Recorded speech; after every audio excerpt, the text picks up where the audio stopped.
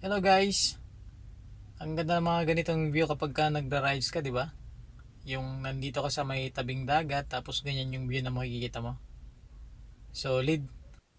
Marami tayong experience sa ating pagmumotor na yun din ay nakatulong sa atin na magamit natin kapag ka meron tayong aberya sa ating mga motor, 'di ba?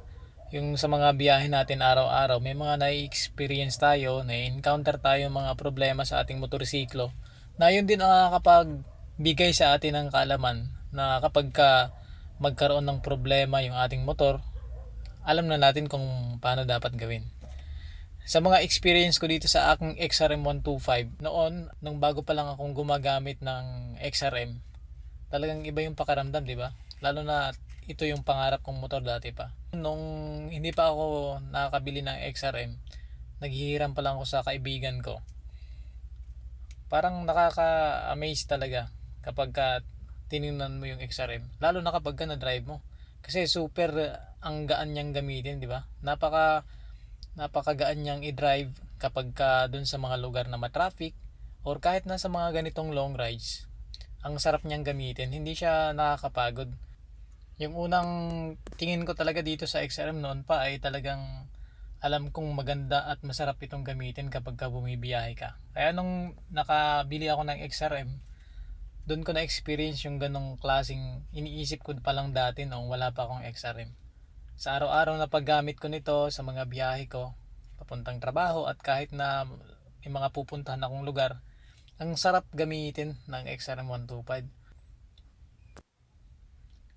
Meron din tayong kanya-kanyang experience sa paggamit ng ganitong motor, di ba? Yung iba ay mahirap, yung iba nakakatawa, at yung iba minsan ay parang alam mo na, syempre kapag ka masiraan ka sa daan, lalo na kung medyo malubha yung sira.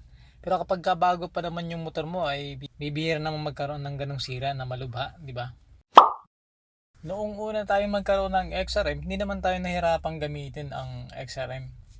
Kahit na hindi tayo palaging nakakagamit noon, wala pa akong XRM. At nung nakabili na ako ng XRM, hindi naman ako nahirapang gamitin siya sa mga daanan. Kasi yung nandito sa motor na ito, yung manabela, yung mga ibang parte ng motor na ito, yung katulad ng mga preno, yung mga switch niya, hindi naman ganun kahirap na pag-aralan. Ganun nga lang, syempre kasi yung hindi ka sanay sa walang gear, minsan kapag ka yung mga paahon at yung mga traffic, minsan nakakalimutan mo kung nasa anong gear ka na.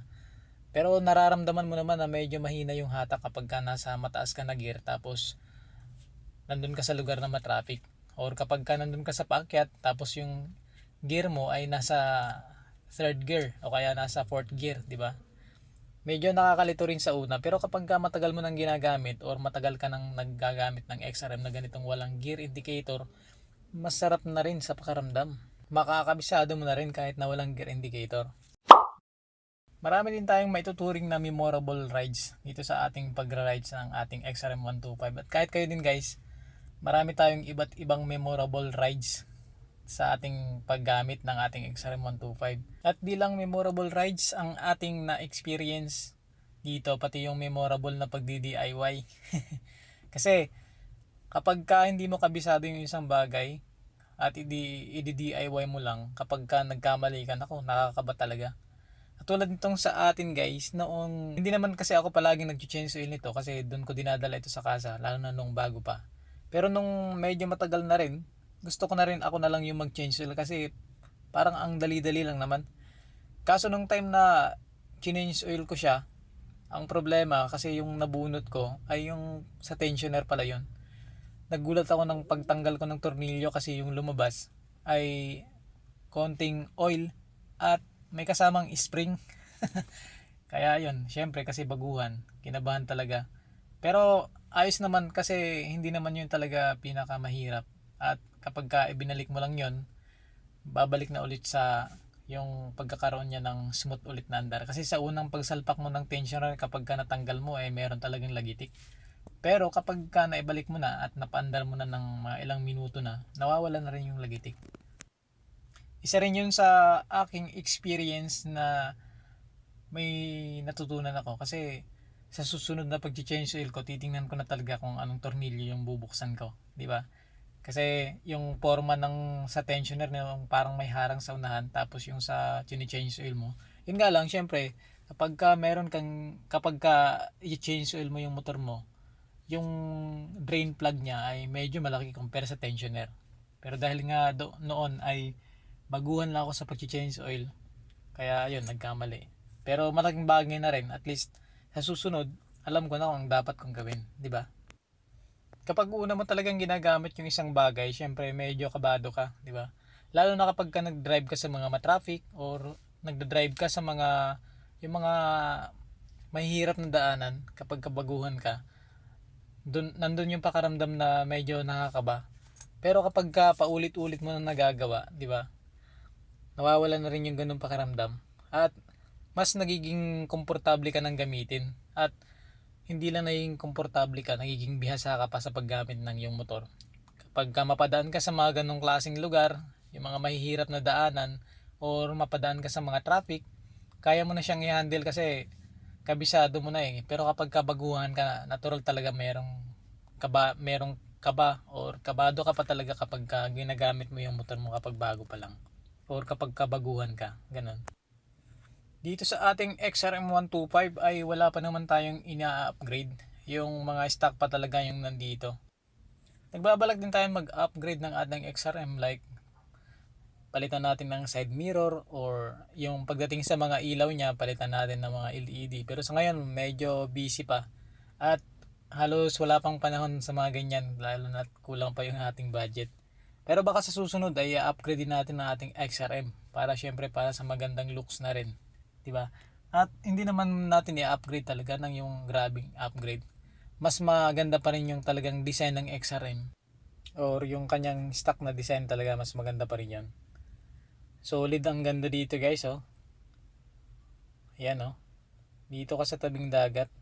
Tapos ayan yung makikita mong view. Nice. Solid. Sa aking mahigit isang taon na paggamit ng XRM125 sa aking mga rides at sa mga maintenance na ginawa ko rin dito, malaking bagay rin yun na ako rin ay, kasi katulad kong baguhan din sa motor, na ako rin ay natuto kung ano yung dapat kong gawin sa aking motor. At may share ko din sa pamamagitan ng aking mga video yung ating mga natutunan guys, no? Pero syempre hindi tayo expert pagdating sa motor. Tayo rin ay baguhan na gusto ring matuto kung ano yung dapat pa nating gawin or dapat pa nating i-improve sa ating paraan ng paggamit ng motor or sa ating mga maintenance na ginagawa. May mga kaibigan din tayo rito na bago pa lang din na gumagamit ng XRM at may mga nabasa nga akong comments ng mga nakaraan na bumili sila ng XRM dahil sa mga napanood nilang video. At syempre, katulad ko rin na gumagamit ng XRM, para sa akin ang XRM ay talagang the best ang performance. Pero syempre, patuloy tayong nagpapaalala na patuloy lang tayong mag-iingat lagi ng mga pagdadrive. Malayo or malapit man ang ating mga pupuntahan, mahalaga na nakasuot tayo palagi ng helmet. At syempre, kapag may mga gear tayo, mahalaga na meron din tayo nun para naman syempre sa protection din natin kapag bumibiyahe tayo. At marahil ay kayo rin ay may mga mai-encounter din, may mga mai-encounter rin na mga issue sa inyong motor. Yung katulad ng sa akin, pero hindi naman ako naka-encounter ng malalang issue talaga. Halos kalimitan na na-encounter ko dito ay yung mga minor issues lang naman. Kayang-kaya namang i-DIY, di ba? At syempre, maganda na rin yung nagtatanong-tanong tayo sa mga kaibigan natin, lalo na yung mga kaibigan natin na marunong talaga sa pagdating sa motor.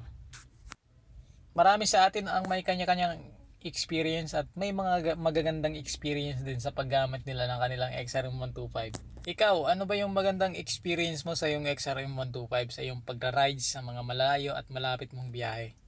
Ano ba yung magandang experience mo? Maraming salamat guys sa inyong panonood at pansamantala hanggang dito na lang muna ang ating video. Palagi tayong mag-iingat sa ating pagbibiyahe. Ride safe always. This is Nel Ride Moto. Thank you.